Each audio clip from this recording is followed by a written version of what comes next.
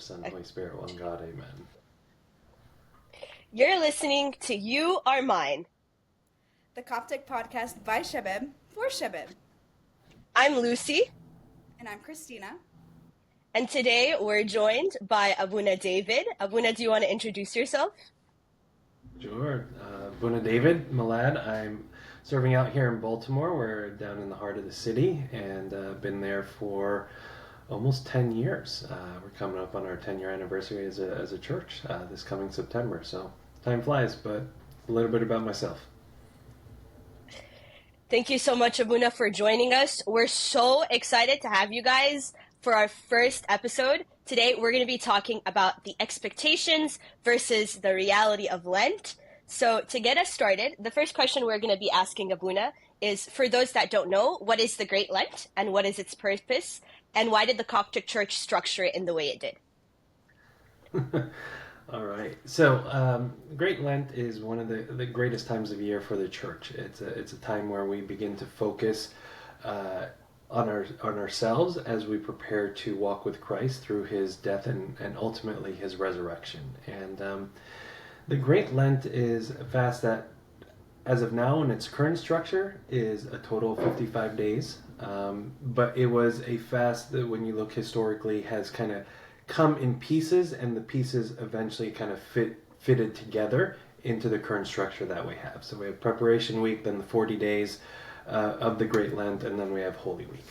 So that's the basic rundown of the Great Lent and how we got here. But it's a time that the church begins to change what it does on many fronts, changes what it does with regards to the rites of the church, the different elements and hymns that we incorporate, and then of course fasting is a huge element of the Great Lent, and then it also challenges us to make personal changes in order to mirror what is and complement what is happening in the church. So the church is changing, but at the same time, like, we need to change, and when I make the appropriate personal changes that kind of mirror and complement the changes that are also happening in the church, then the two begin to work together, and it gives me a richer experience of Lent. So on the note of the rich experience of Lent, obviously our Coptic Church has a rich tradition and a really rich history. So Abouna, if you could tell us a little bit on why Lent is so significant and important to our tradition, that'd be great. I mean, it's significant because it's a time where we really begin to focus on our personal journey of repentance, and repentance is an essential step that we all have to take as we're working towards salvation, and if we are to take it seriously, we have to do it with assistance, right? And the church is set up in a way where it's kind of leading us on the journey, and it's inviting us to come along. And when we kind of receive that invitation and begin to journey along with the church, right, but do so in a way that's very personal, but yet still in tune with what's happening at church, then I begin to learn and see what the church is trying to impart on me and teach me, and where it's trying to take me spiritually, because repentance is a pathway that really turns us away from what we were doing to Christ. And the whole focus of Lent is to prepare ourselves to journey with Christ, to see His death, but to know that the story doesn't end in death, but the story truly ends in resurrection. Right? But being able to journey that and to go through kind of the ups and downs, if you will, of that journey, I need to be led, right? And so the church prepares the way, and it gives me some, if you will, some fundamentals to begin to incorporate, but then I get to take those fundamentals and begin to fashion them in a way that's right for me. Right. Rosa, do you want to take the next question on the topic of fashioning things that are right for us during Lent? Of course. So Otsek was talking about how, the church kind of guides us through, this path, and taking us from like a moment of repentance to live through the passion with Christ and ultimately to His resurrection. And now that we're coming up towards like the halfway mark of Lent, what is the worst attitude or mindset to have while going through Lent and going through fasting, and how can we, approach these mindsets, and why are these mindsets so detrimental to our spiritual lives and to our fasts? Um, I think when we get into the okay, how many days are left, right? Oh, It's you're like a asking me little bit of that. it's a little bit of a challenging mindset if you're trying to have a mindset and to be in a place of continued growth, right? When you're already looking for the end of it because you're fatigued, um, you may not be fatiguing well, right? And that's to say, we do want to stretch our bodies during Lent, but if you overstretch, then you're looking for the end too soon, right? And and so I think learning to have an appropriate balance, when we approach Lent, and learning to kind of fashion a Lenten journey that is appropriate for me, because no Lenten journey is the same. Right. Everybody comes in with a different mindset, a different temperament, a different spiritual ability, right? Right. And when we just try and take a cookie cutter, idea of what Lent is, and I'm going to apply it to myself, right? And hope it goes well, we often find ourselves midway through like, oh man, I Right. can't do this, right? And we're losing the Right. purpose behind it. Of course. So I think learning to take a step back and say, okay, how do I begin to tailor Lent for me is an important question that helps us have a healthier mindset and a more appropriate mindset. Because Lent from the beginning should be different than Lent from the end. And I think some people start the way that they should probably end in Lent, and so they get fatigued in the middle. And then by the Right. end of it, they're like, oh, let me just kind of relax here and relax here and take certain liberties here. And then Mhm. we're kind of losing that spirit of discipline that we've been trying to cultivate. So it has a lot to do with appreciating where you're at the beginning of Yeah. Lent, and setting an appropriate goal of where you would like to be at the end. Yeah. And if you will, there's more of a gear up rather than I geared up too much and now I'm kind of crashing Right. like towards the Right. end of Lent. And that has to do a lot with, do I understand who I am as a person, right? And my own Mm. temperament and what it Right. is I'm struggling with. And am I using the right spiritual tool to address what I'm struggling with? Right. It's kind of like when we're working out, or like you're going to the gym. It's not like yes, you should be motivated, but it's more so out of discipline, because if you rely on motivation, then you're gonna entirely burn out almost, Yeah. in a Absolutely, way. and when you do too Yeah. much too early in a workout, Yeah. you can't go the You'll get distance, tired. right? Exactly. You Yeah. get tired, and spiritually, I mean, our spiritual practices are always equated to exercise, spiritual exercise. So Right. there's a lot of parallels in how we look at our spiritual exercises and how we can see them through the lens of our physical exercises in the gym, for Right. example, right? And making Yeah. sure we do those the right way is a huge part of progressing through Lent well. Right. Right. Um, on the topic of these spiritual exercises, I know a lot of us have very particular spiritual canons, whether that be things, we've decided with our fathers of confession on, or just practices that are already set in place by the church. And I'm wondering, Mhm. for example, like I'm doing all my spiritual canons, I'm going to liturgies, I'm fasting, I'm limiting my social media intake, I'm not listening to music, and all of this lovely stuff. But I Mhm. still, I don't feel spiritually fulfilled. What do you think, Yani, could be in the way of me, quote unquote, feeling spiritually fulfilled? Or what's in the way of me attaining that fulfillment during Lent? Mhm. Um, I think one of the dangers that we have when gauging our spiritual fulfillment is we can link it to our emotional state Mm, I see. too Yeah, yeah. much, right? Right. Because if we link my emotional, like my spiritual fulfillment to my emotional, situation or status at the moment, then my spiritual practice become focused on attaining a certain emotion, right? And that's not the greatest approach to it. Not to say that emotion has no place in it, right? But it can't be the only gauge to what is, what's happening, from a spiritual perspective. And the example that I tend to use a lot with people is like, okay, I'm married and I'm going to talk to my wife. Is every conversation going to be like some emotional high? No. Like, it's not, right? It's like, what happened with the kids? Do you get this? Like, I need this. Like, you know, there's just like a bit of like a nuts and bolts sort of, Yeah. element to the communication in any healthy relationship. It can't always be like, I only feel like talking to you now, right? Or I'm only going to talk to you if I feel good about myself. That's not a healthy relationship, right? So relationships Right.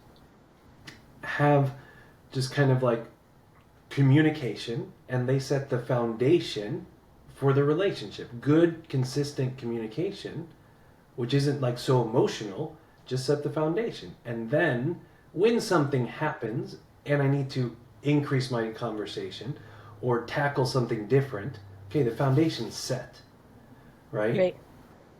And then I can build off of that.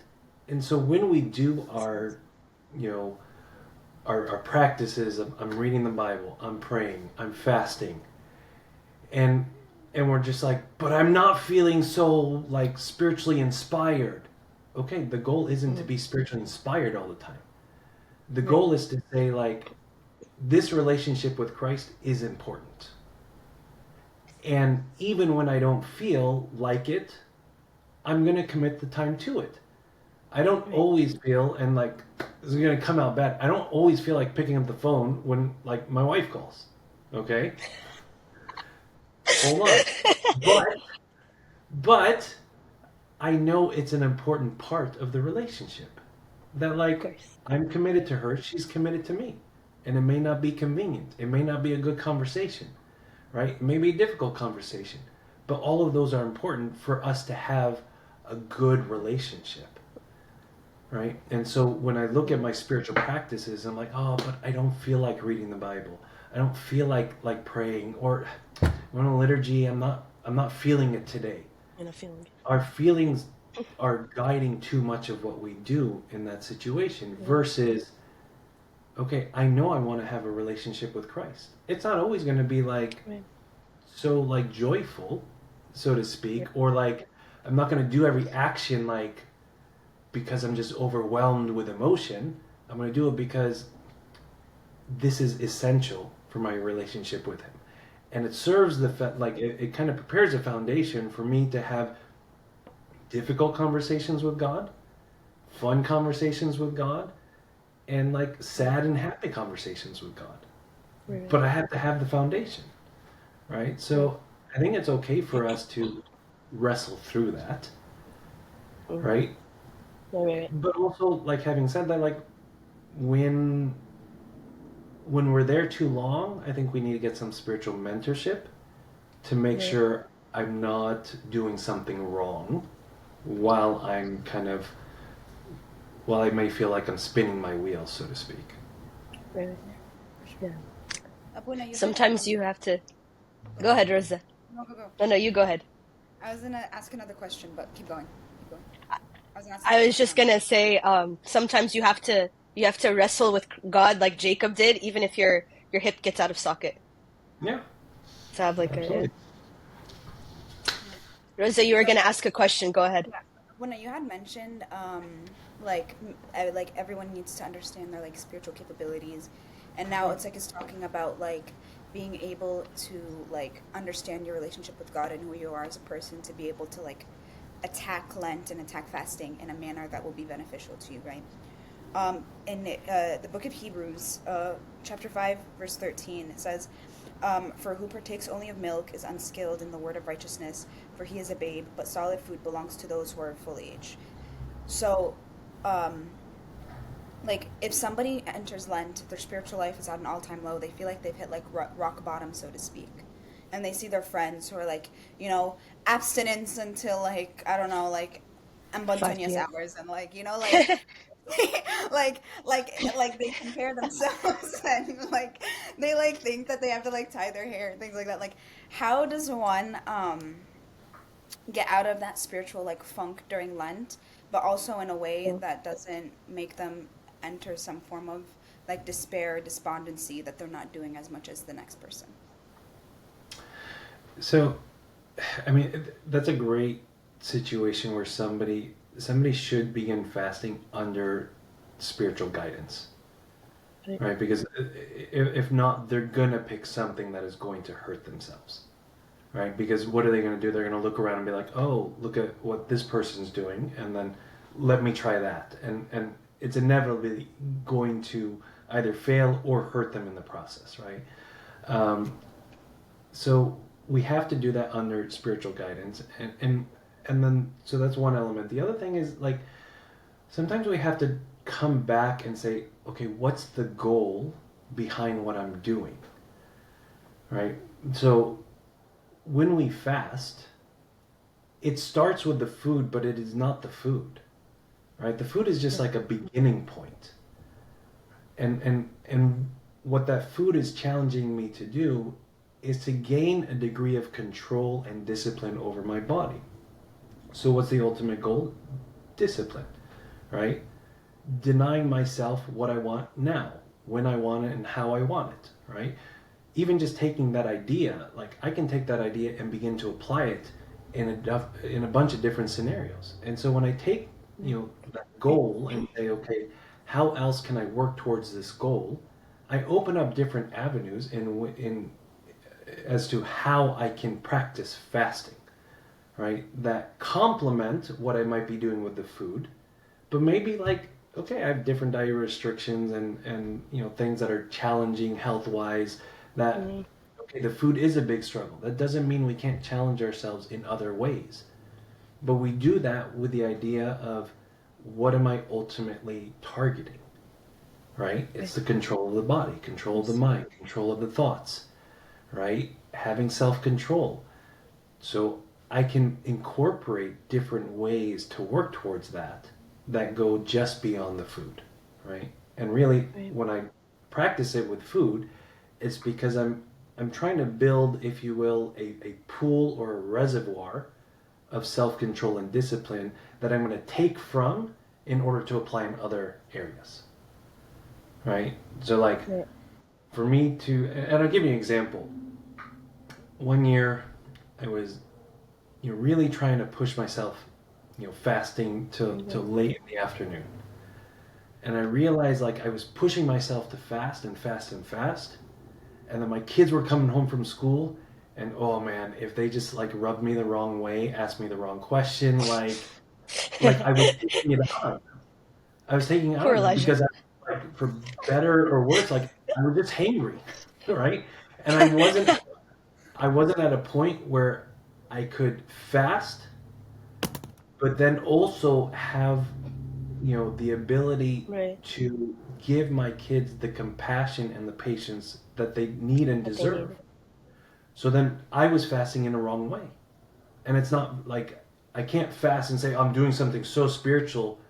Get in your room and like, like I can't yell at them like that at the same time, right? Because the two are contradictory. Then what good is the fasting doing if I'm devouring my Right. kids like because I'm just so hungry, right? Right. Fasting to produce a love for them, a patience for them, an awareness of them and what they need.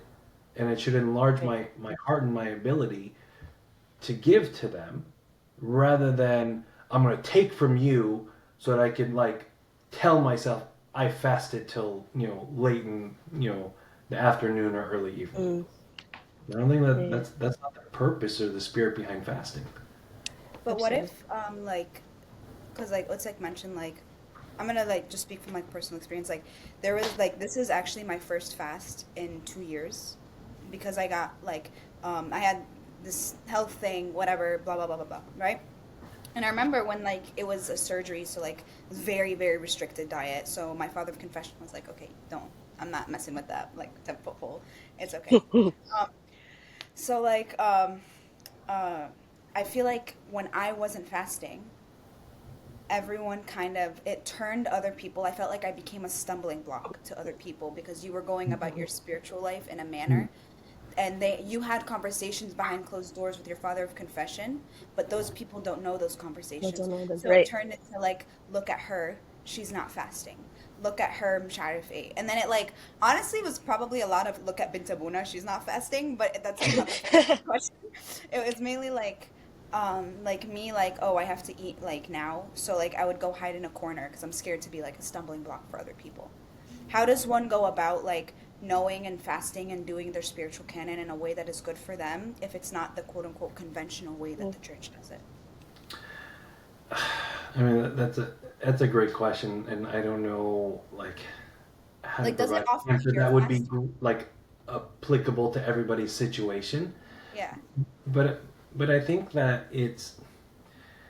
I mean, something you said is nice, where you said, okay, like I have to fast in a unique way, and I don't want others to stumble from it. So okay, so I can plan for that. I can arrange for myself to kind Yeah. of eat before I get to some place, right? Or I can, pull my meal to the side, go eat it, and then rejoin the group if needed. So we do have to be aware of it, and to the best of our ability, do what we can, right? But there's no way for all of us to act in a way that it is never going to cause somebody pause and to look and to, you know, pass judgment, if you will, for lack of better, ways of describing this, pass judgment on you and what you're doing in your fast. Like, if we all kind of self-reflect and say, okay, this fast is about me, and there's only one way to fast, having that knowledge and allowing that to kind of be a general knowledge,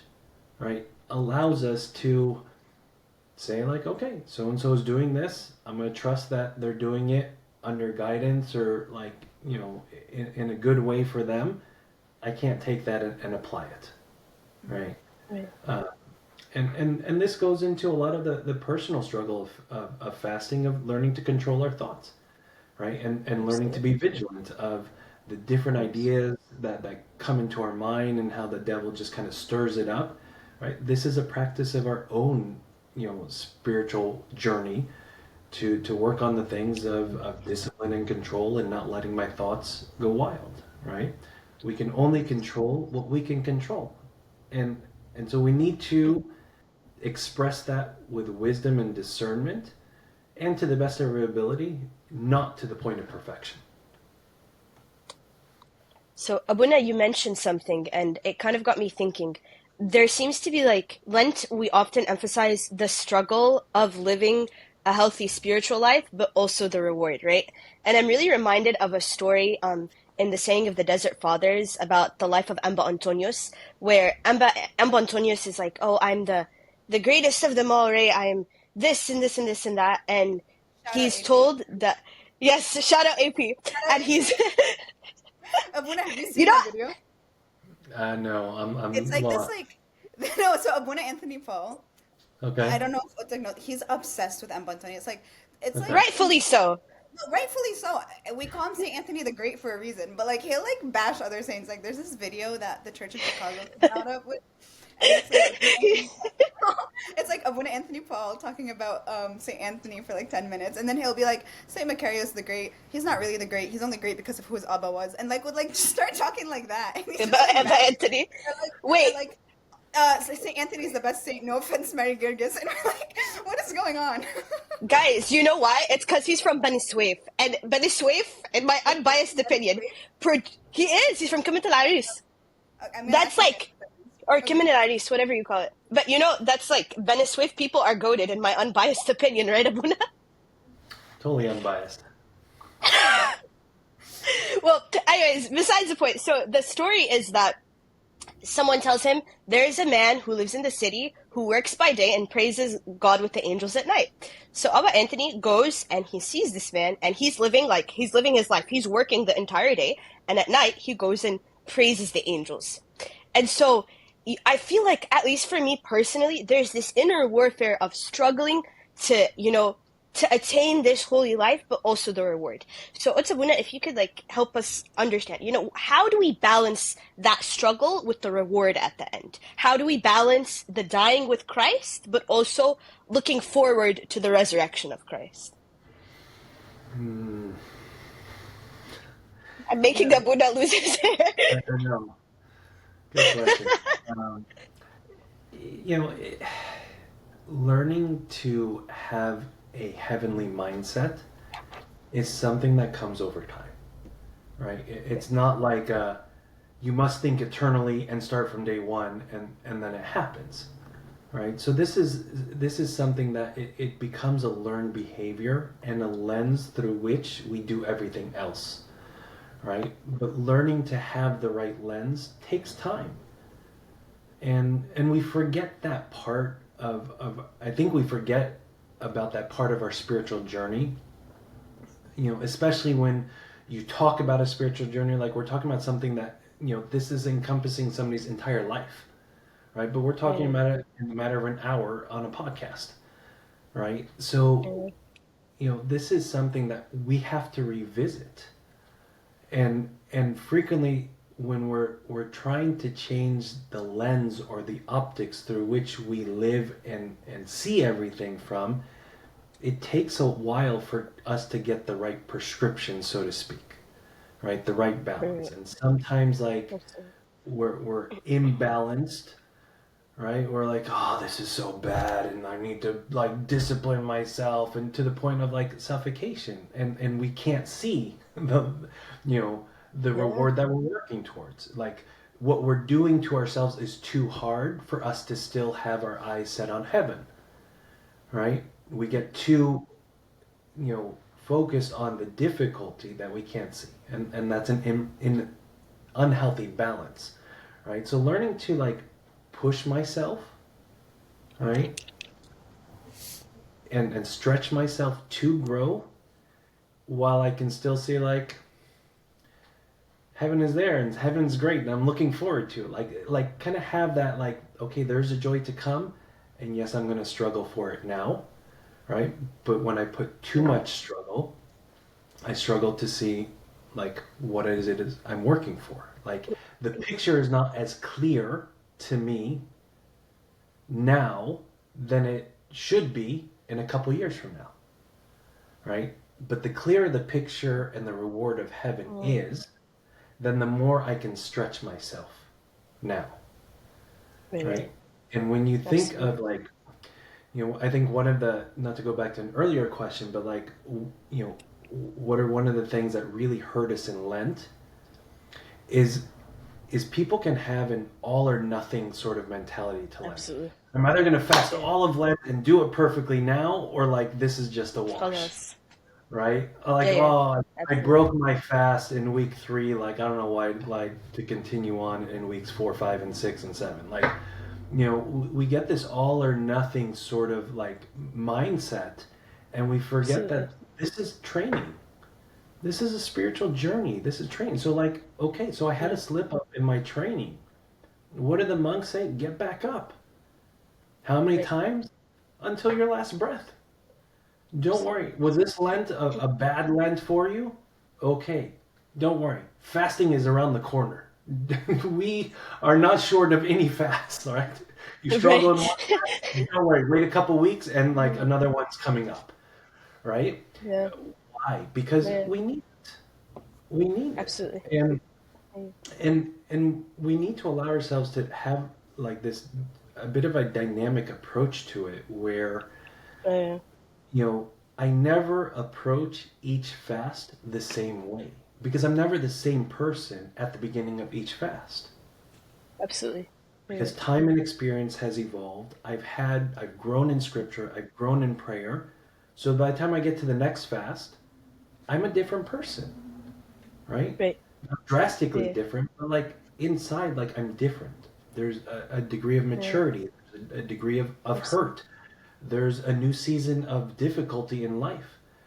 And so I have to take all that and say, like, okay, then in light of all this, what is this fast going to look like for me? Right? So it's Abouna, never. I'm reminded of a. Sorry, Abouna, go ahead. No, that's it. I was gonna say I'm reminded of a quote by Pope Shenouda, the greatest of all time. No hate to Ambantonius or Saint Theodore or any of Man, the you or Mary guys are Genki. like at it with each other. I mean, honestly, like, All Saints, I love all of you equally. Unlike these two, who like have favorites. I love you all equally. Abouna, her intercessor is Abouna Faltaos, and my intercessor is Pope Shenouda. Same So, day. same day too. Mm-hmm. But Yeah. so I'm reminded by a quote that Baba Shenouda used to say, which is الأكلة اللي مستوية على نار هادئة تطلع لذيذة، لكن الأكلة اللي مستوية على نار شديدة تطلع محروقة. Or the food that's cooked on low heat comes out tasting like super delicious, but the food that's cooked on like very heavy heat comes out burnt. And I can't help but think, I know a lot of us have gone through Lent, multiple times. I think a lot of us have lost count. But I think when we tend to approach the season of Lent, at least me personally, I go, ugh. I love to eat, right? So I'm like, I have to give up this. I have to give up my protein intake. I can't drink my Fairlife organic protein shakes, whatever. And I feel like going in with the mindset, Rosa's shaking her head and is so disappointed.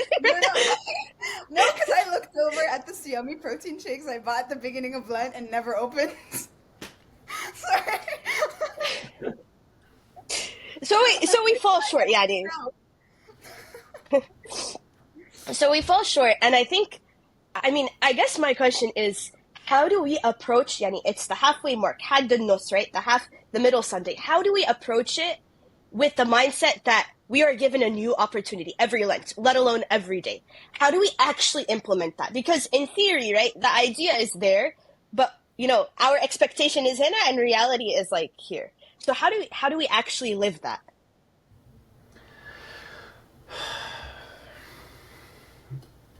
Abuna's never coming back on. Poor What? Abouna. You're never coming back on. I was never like a fast thinker on my feet, so like I need to I hear your question, take a sip, think look, I think one of the helpful things that I use now is appreciating that every day presents an opportunity.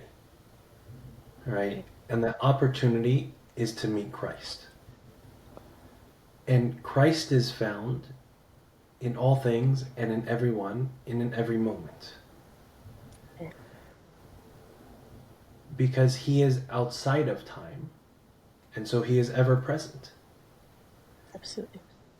And when I find him in the moment or in what I'm doing,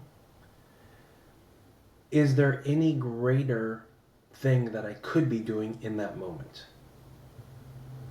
No, it's Christ. You've met Christ. It's the summation of our entire spiritual journey is to unite with him, but while I'm here, to meet him. And so when I look at the day and I find him at the store clerk while checking out, I've met Christ. If I find him in my fasting, then I've met him. If I find him through a verse that sticks with me the whole day, I found him. What else am I looking for beyond him in the moment? When I see that, like every opportunity, every moment, and literally every second carries the potential for my union with him. And if I allow myself to be present in the moment and see him, not only do I have an eternal mindset because I'm seeing the one who is eternal, but I'm also seizing the temporal moment as well. And if you will, it's a win-win. I've won the moment and I've won eternity all in the same Right. present Right. moment. Yeah. And it Absolutely. allows me to be more present rather than to say expectation and have to meet and should be here and like all these demands that we put on ourselves. But yet he's here right now in this present moment. Right? So it has a lot to do with like how I see everything around me more than like worrying about we have enough expectations on us. Is the Lord Right. like coming to say like here I know you have a lot at work but I'm going to give you a lot more expectations. If you can't reach it like you Here should you feel go. bad. Exactly. It's not the spirit of it. It's the spirit of a loving union, a relationship with him. And he is ever present Right. in every moment at all times. Yeah. And if I work to see him in the moment, I've won the moment. Who cares about the rest? Absolutely. Um, I just I'm reminded of the Monday of Soli where it says the sun and moon shall disappear in time, but you are the same and your days will never end.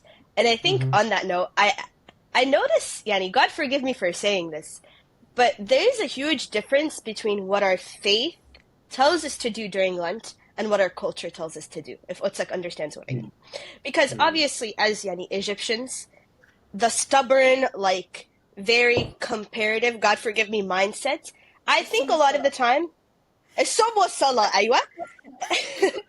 Me and Lucy, Get- me and Lucy have this thing where whenever we're like talking and then someone says something, we like have to like fake judge them and be like, "Yes, salam is sum was salah, fasting and prayer. Listen to the fraction.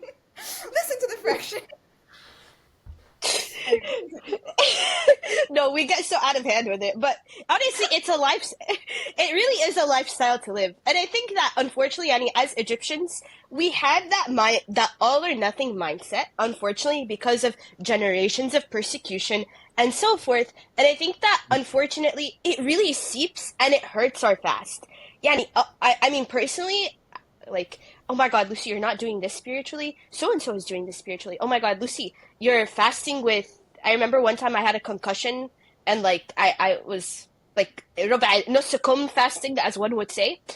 And Lucy, you're not doing this. We're doing this. You know what I mean? Just very negative things that are intended well, but they're just honestly they're an impact of our cultures. It's very sad to say, but I Mm-hmm. mean, what would your advice be to not allow that to make us stumble? Like, if we're on the receiving end of those comments, how do we avoid that so that we continue the race that we want to run with him? I think the question that you're asking, I think a very strong element of that has to do with where our sense of value comes from. Right. Um, and when you look at comments that highlight a gap between me and somebody else and emphasize that there's a difference, that difference leads to an insecurity. An insecurity about what? Am I good enough? Right. Am I lovable? Am I doing things right? And if I am good and lovable and doing things right, then I'm worthy of, acceptance and validation. And that's unhealthy because all of those are um, false ways to validate my irrevocable value in the eyes of God. And when I come to Christ, it is never with the question of like, am I valuable enough? That has been answered. Whether I believe it is another question. But it has been answered unmistakably. That in his eyes we are eternally valued. When I don't see that, I will look outward and try and find other things that will validate me. And one of the areas that we can stumble is in fasting. For example, like you do this and you do this and you do this. I don't do that, right? I must not be good. I must not be like, measuring up. Who said we need to measure up to the person, before us? Right.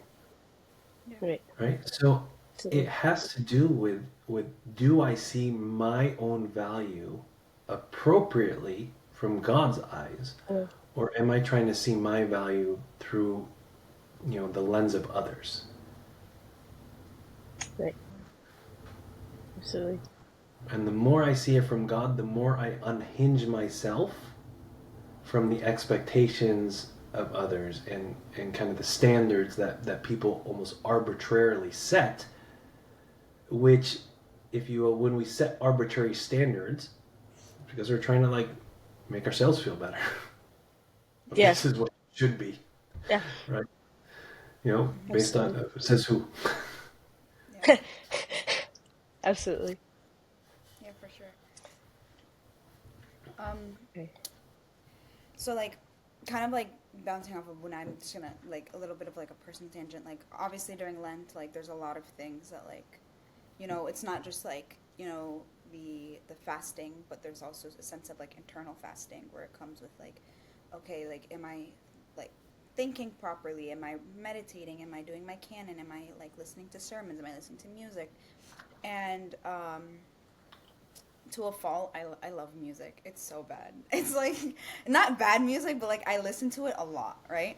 Mm-hmm. So I like told myself, okay, during Lent, like try not to listen to music, listen to more sermons, listen to more tailor, listen to more like bits and pieces of the liturgy, right? And I'm also the type of person that like I get my validation from others, right? Hmm. So I Don't we all? We all do. Sorry. Yeah. But like no, but like for me it's like to a fault. Like sometimes like my father of confession just looks at me and he's like, really? And I'm just like, look, you bully me too. Like what are we talking about? Me too. But like Me too. I like there is this one Teranima that I that came two actually. It was Have You Seen Him, the one I love? And The one I love. And I was listening to those and What was the second one, Rosa? his sweet voice. His sweet voice. Okay. Yeah. So it kind of like made me like sit back and I was like, yeah, like the one I love. Like I don't care about what other people say about me, right? And like, with the the Feast of the 21 Martyrs being like right before Lent, they didn't care what they said about them. And like I have to like keep reminding myself like the one I love.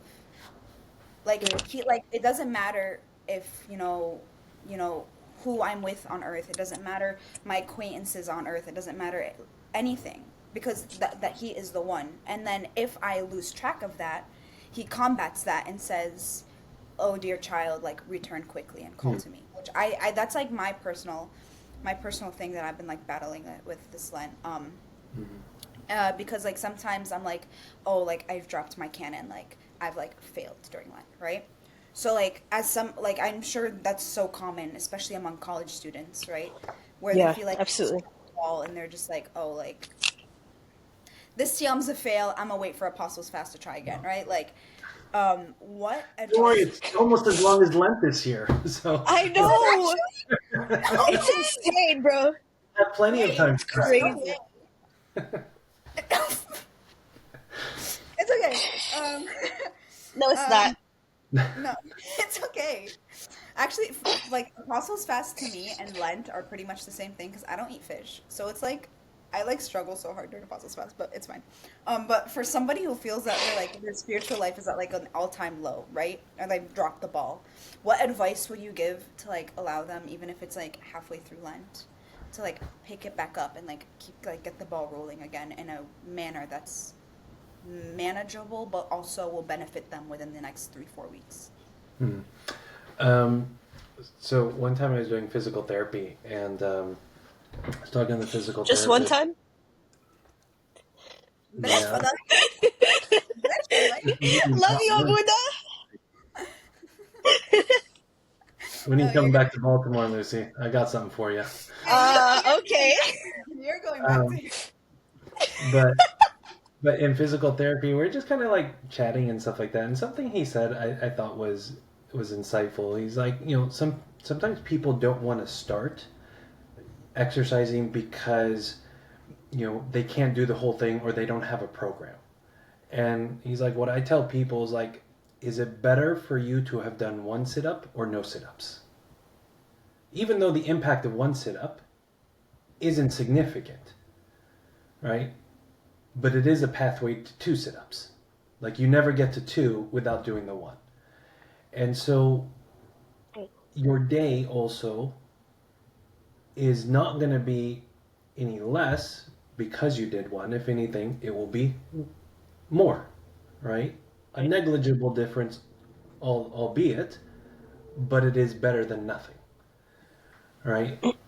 And I think when we come to fasting, and okay, we're halfway into Lent, it is better to have fasted half of Lent than none of Lent, right? And Right. it's better to have fasted a little bit to I know. okay, all I can do is like no cheese, better than nothing, right? So it's this mentality that like there's growth that happens over time, and we have to start somewhere.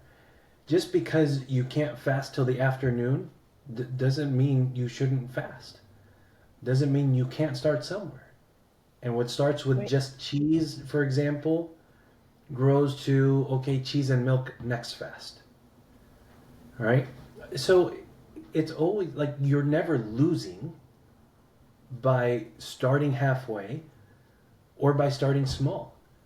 It's always a step towards something else. And even if you've had like Right. a quote unquote great Lent this year, don't worry, like you can be challenged. You can be challenged in the next fast in a different way, right? All of us can be stretched, Yeah, right? And absolutely. that stretching is a really important part of our growth. And the reason why we look at the desert fathers and mothers Mm. and how they fasted and how they it gives us all the different ways that we can be stretched. Not like, well, either you have to follow and reach this or you're like baloney. Okay? It's here's what the body can do and what our spiritual lives can work towards, right? But there's a lot between like what they did and what I'm doing now. But that's okay. I have to know that this is out there, right? That this is possible. You know, if I told you like somebody could hike Mount Everest in a pair of shorts, what would you say? Uh, What? Actually, like, is it possible to hike Mount Everest? do you want to You come would say down no, on your right? That's legs? ridiculous. Like, here, do you want to lose them over there? Okay, but if I tell you like, okay, somebody did it and they're in the Guinness World Book of Records, all of a sudden you're like, okay, it's not what I would do, but it's possible. Yeah, خليهم في الجينيس بوك اوف وورلد ريكوردز whatever it's called. Okay, ربنا يخليكم بعض. so it's an exarch. It's like the equivalent of the world record. Okay, Right, right, right. so it just tells us that there is possibility for growth, and if we don't have this Right. to look at, then I'm just going to look here and say, oh, okay, well, I've reached the potential. No, no, the potential's up here. This is what like the fullness, if you will, of a spiritual life looks like. But there's a lot for me to grow, right? So we need to like challenge the way that we look at the saints. Like they give us so much, right? They give us Right. things to work towards, practices to work towards. But none of them Right. say like, better meet me up here or you're not worth the time of day. That's not the spirit of what they were doing. Absolutely. Yeah. Shout out to AP. Wait, hold on. Oh, AP has something really good about this. He was talking about Abba Anthony, and he goes, "A lot of us think the saints were just we're just dripping oil, and we have to forget that all of Saint Anthony's life is about discernment, right?" And so I'm reminded a lot of AP and Abba Anthony during Lent, to say the least. Shout out his sermon series about Lent too. It's a good one. But Abuna, a lot of people say that like because it's like just said to like look towards the saints, right? And like see what they did. And like have that kind of be like a way for you, like a way of motivation, right? But a lot of people also, I've heard a few times that we're not supposed to like mimic the saints, right? Mm-hmm. Like, what's the difference between looking towards the saints during Lent or like during the year in general and like mimicking the saints? Like, personally, like what Lucy said, like, I love Abouna Faltaos, and there's like a part of the movie that's like لو انا خطايا ورا ظهري بتجرجر ورا اروح احاكم اخويا لما ننضف القلب الاول من وسخته ابقى اروح احاكم غيري. I'm gonna translate. She Abuna, if I had $1 for every time she tells me this, I would literally be a billionaire. I tell Like, Lucy something and she gets mad on my behalf, and I'm like let's not go there. Anyway, so it's like if like no, wait, it's like similar to the concept of like Saint Moses, where he's like, all of my yeah, sins are dragging behind my back, and you want me to go judge my brother. and judge my The brother. second I cleanse my heart from its like wasachtu, like from its dirt, then I have the ability to go judge my brother. And I've been trying to apply that to my life, and like the idea of like not holding grudges, and forgiving, having the heart of a child, forgive 70 times 7, like all of these things. But like some people are like, no, you can't imitate the saints, don't imitate the saints. So like what's like that boundary where like we're looking towards the saints as our role models, but then imitating them in a way that's not necessarily edifying? Yeah. The saints did not progress to where they are without kind of focus and intention behind why they, like, there was a reason why they did what they did, right? So there was kind of a clear goal, if you will, and they had a mentor and a guide to get them there. If I just look at the end point and say that's what I want to do, and let me just take the template and apply it, which would satisfy this idea of mimicking the saints, I'm missing so much that goes into developing the template for that saint's lives. Because Right. all the different spiritual practices and what their spiritual fathers like told them to do and told them not to do had to do with their temperament, had to do with what they struggled with, had to do with what they needed to learn and what they didn't need to learn, and all these different things, right? So it was a recipe that was tailored to them and their spiritual upbringing. To just mimic that's dangerous, right? That's like going to the gym and seeing the guy who has like 5 plates on each side and be like, oh, I want to mimic that. Like, that's just, it's silly. I'm gonna fall off, haram. Right?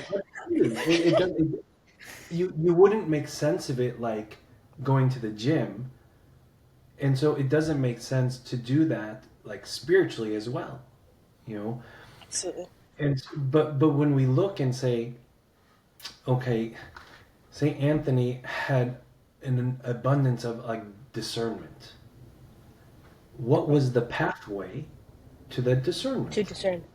Right. And how is he guided there? And then you find like somebody to guide you in that journey of discernment. The end point's the same. Like, we want to discern, right? But my journey is going to be different than somebody else's journey. Mm-hmm. Okay?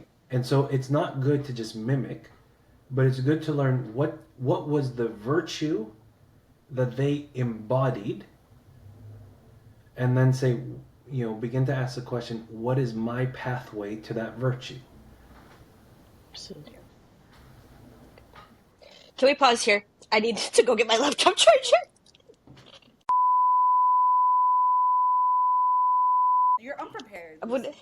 I'm sorry, guys.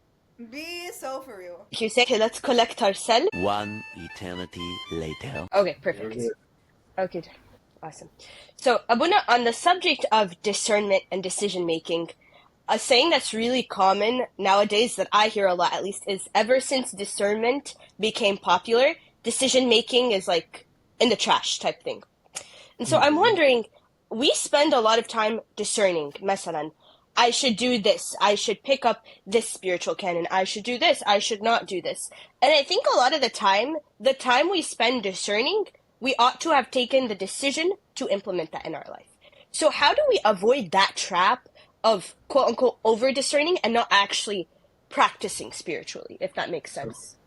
Yeah, like, how do we avoid essentially analysis paralysis? Right? What? Analysis Analysis paralysis? Yeah, Wow. like we analyze, but we can't take a decision. This one's deep. Right? I like this saying. I'm going to use it now. You've never heard analysis paralysis? No.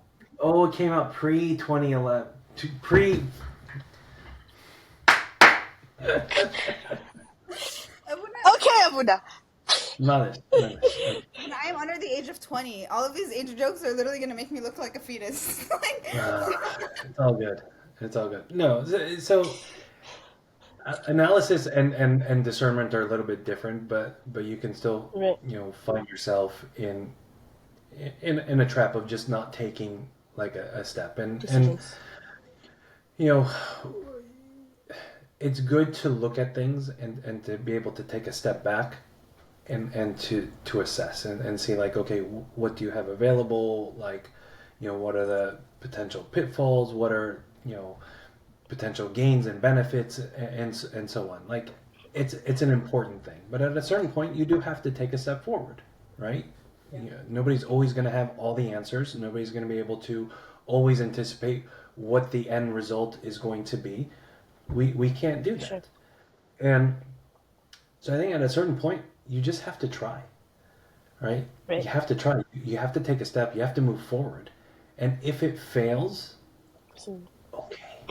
It's okay, right? It's okay that, like, for example, like I try and fast in a certain way and it doesn't work. Right? Yeah. I can try another way. Absolutely. One of the things that I think, especially like in American society, is like we just become obsessed with information, Yeah. and then we just don't know how to go because we're afraid of failing, we're afraid of not having all the information in order to make the perfect decision, and so on. So we just get stuck.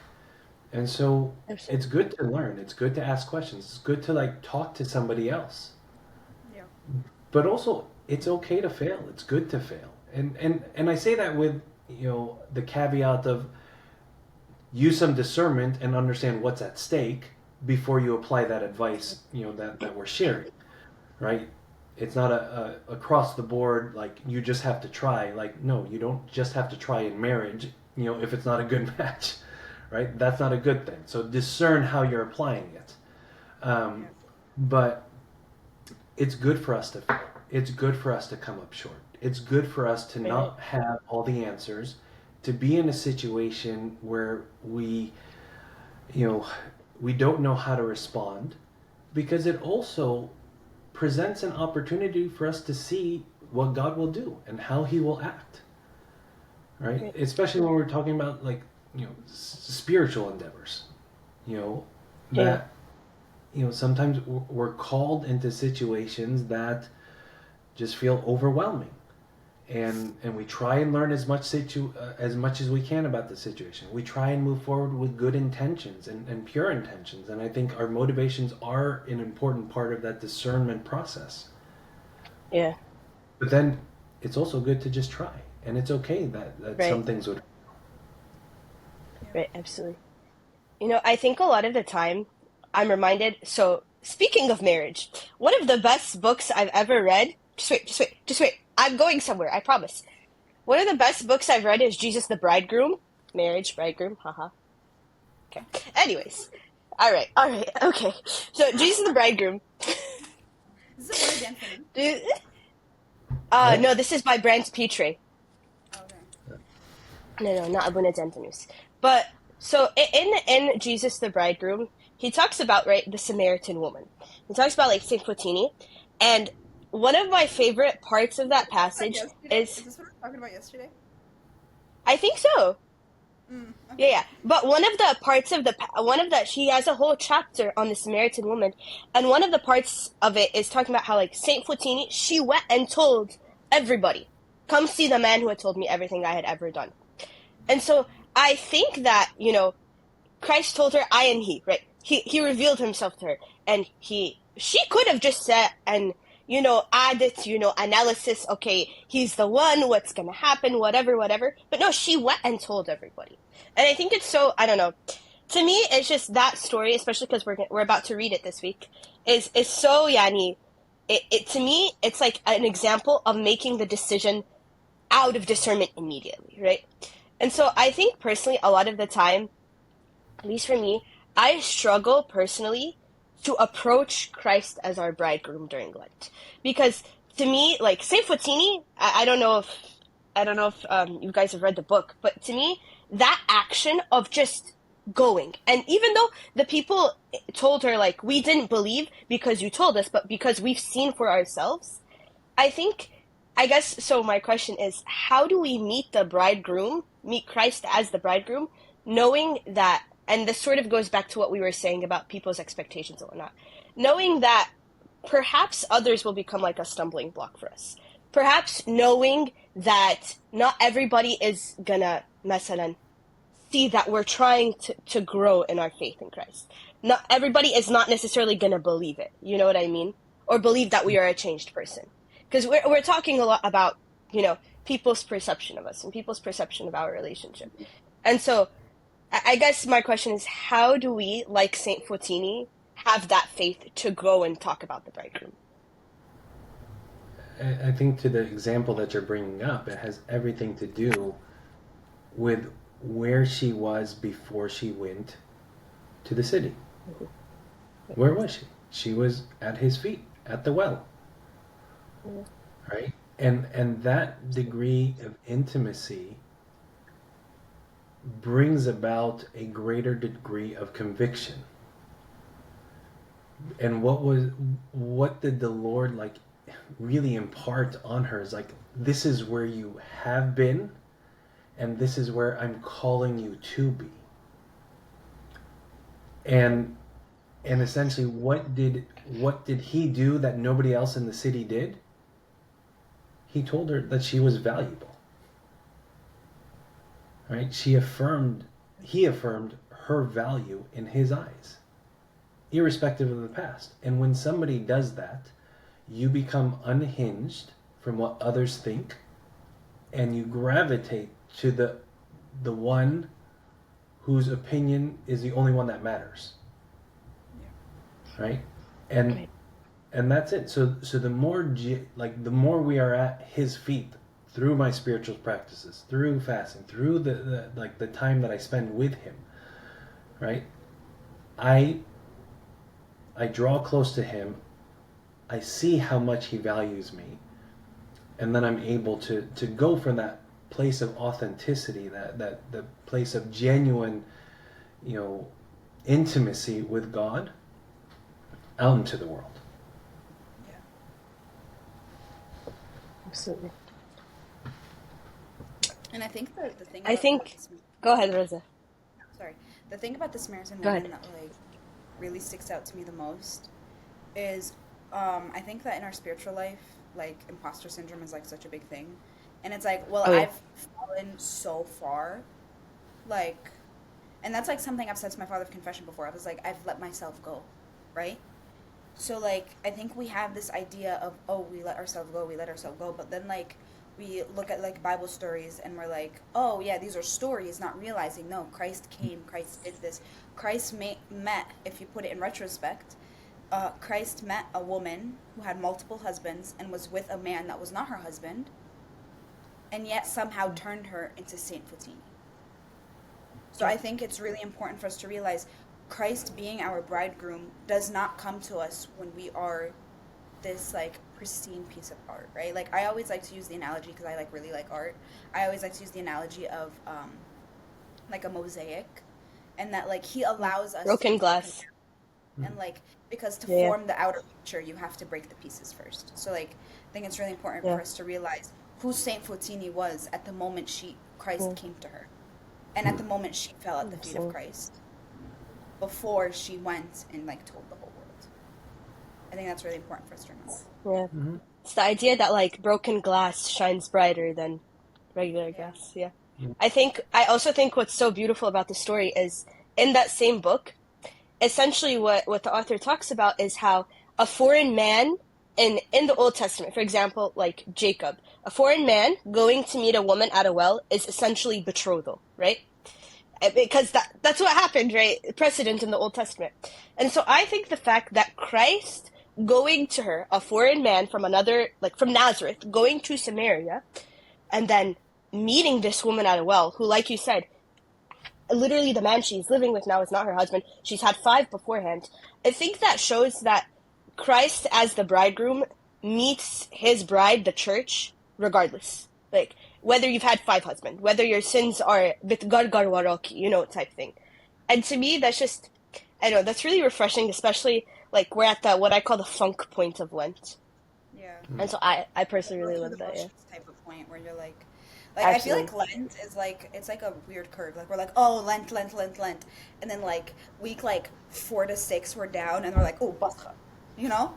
Mhm. It's like this like Yeah. weird spike that happens at the end, and I think it's really important for us, like especially like the halfway point, to be like, okay, you're in the funk, you're trying to you might have dropped the ball, but like he comes to you at your lowest spot, so just allow him to, which I You know, think is really Right.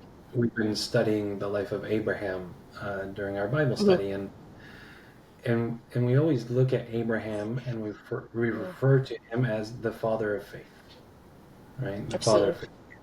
And honestly, as we've been studying his life and just kind of looking at the details of all the different incidences and events, I think one of the things that I greatly appreciate is Abraham became the father of faith.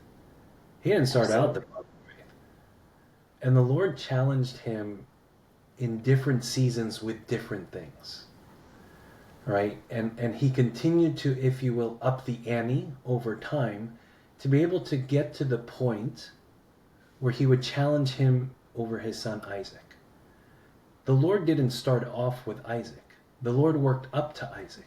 Abraham wasn't ready for the Isaac moment on the mountain at the beginning. He wasn't even ready to like risk his own life with Sarai when they went down to Egypt. He wasn't ready, right? But the Right. Lord was faithful. The Lord got him through it. It was a shortcoming, right? He wasn't totally honest. Absolutely. yeah. And Absolutely. then, you look and see other situations where the Lord just reaffirmed his covenant, his promise. I'm going to be with you. Your heir is not going to be Eleazar.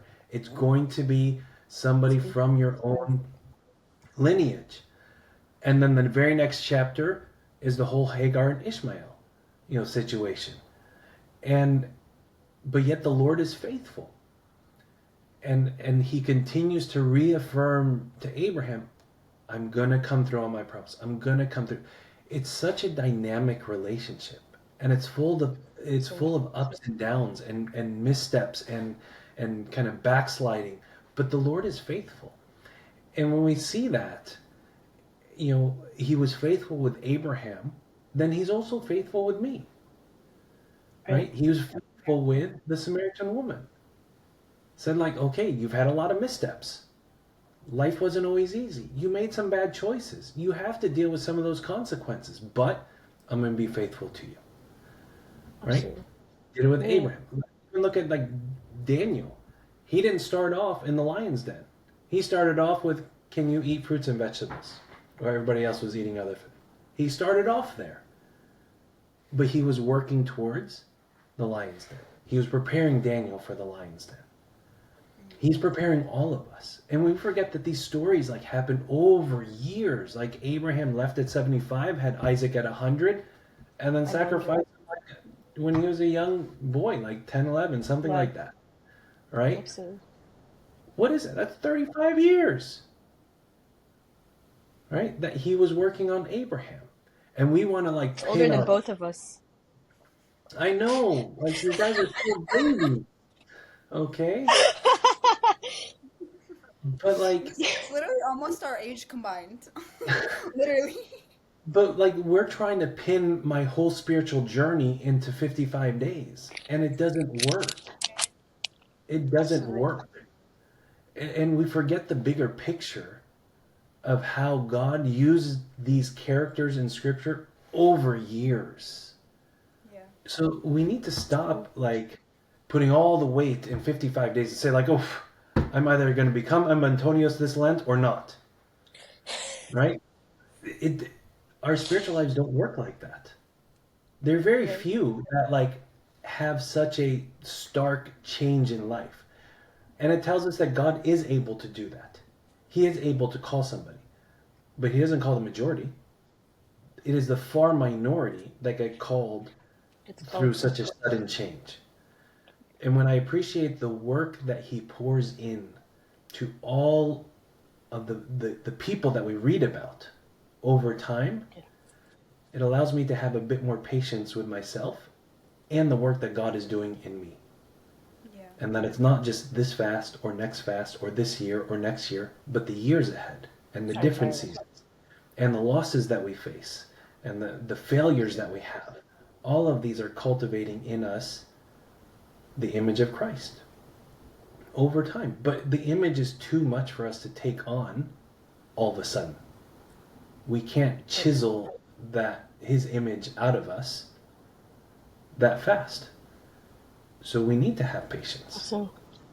Yeah, for sure. Absolutely. Absolutely. Thank you, Abouna. Thank you, Abouna. So we again want to thank. We don't want to take too much of your time. Abouna, we know you're very busy, so we just want to thank you again for blessing us and like taking the time out of your day to answer our questions and to kind of like enlighten us on the different ways to go about Lent, what Lent is, and how us as youth and children of God go about it. So we really appreciate your time, Abouna. Thank you No, so Thank you, much. Abouna. We love you. We I love love you you. guys too, and thank you for allowing me to be part of this historic Thank you. first I podcast. know. We You are should get my Abouna like a trophy, you know? Yeah, first podcast. Yeah. You are my podcast episode You are one, mine. honorable number one guest.